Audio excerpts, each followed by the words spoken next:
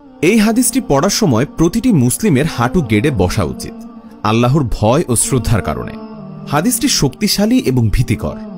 হাদিসটি হচ্ছে এমন: عن أبي ذر عن النبي صلى الله عليه وسلم فيما يرويه عن الله تبارك وتعالى أنه قال আবু যর রাদিয়াল্লাহু তাআলা আনহু থেকে বর্ণিত, তিনি বলেন, রাসূলুল্লাহ সাল্লাল্লাহু আলাইহি ওয়াসাল্লাম বলেছেন, তিনি তার রব আল্লাহ থেকে বর্ণনা করেন, ইয়া ইবাদি ইন্নী হারামতু যুলমা আলা নাফসি ওয়া জাআলতুহু বাইনাকুম মুহাররামান ফালা তাযালামু।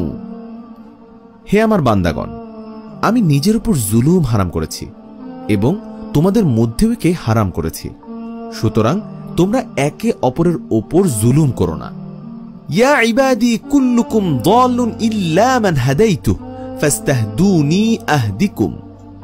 হে আমার বান্দাগণ, তোমাদের সবাই পথভ্রষ্ট, শুধু তাকে ছাড়া যাকে আমি পথ দেখিয়েছি, সুতরাং তোমরা আমার কাছে হেদায়েত চাও, আমি তোমাদের হেদায়েত দেব। ইয়া ইবাদি কুল্লুকুম জাইউন ইল্লা মান আতআমতুহু ফাস্তাতঈমুনি উতঈমকুম। হে আমার বান্দাগণ, তোমাদের সবাই ক্ষুধার্ত, শুধু তাকে ছাড়া যাকে আমি খাওয়াই, সুতরাং তোমরা আমার কাছে খাদ্য চাও, আমি তোমাদের খাওয়াবো।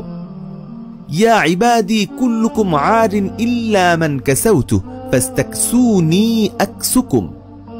হে আমার বান্দাগণ, তোমাদের সবাই নগ্ন, শুধু তাকে ছাড়া যাকে আমি পরিধান করিয়েছি, সুতরাং তোমরা আমার কাছে পোশাক চাও, আমি তোমাদের পরিধান করাবো। ইয়া ইবাদি ইন্নাকুম তুখতিউনা বিল-লাইলি ওয়ান-নাহারি ওয়া আনা আগফিরুয যুনুবা জামিআ ফাস্তাগফিরুনি আগফির লাকুম। হে আমার বান্দাগণ, তোমরা রাত দিন অর্থাৎ সর্বদা গুনাহ করো, আর আমি সকল গুনাহ ক্ষমা করি, সুতরাং তোমরা আমার কাছে ক্ষমা চাও, আমি তোমাদের ক্ষমা করব।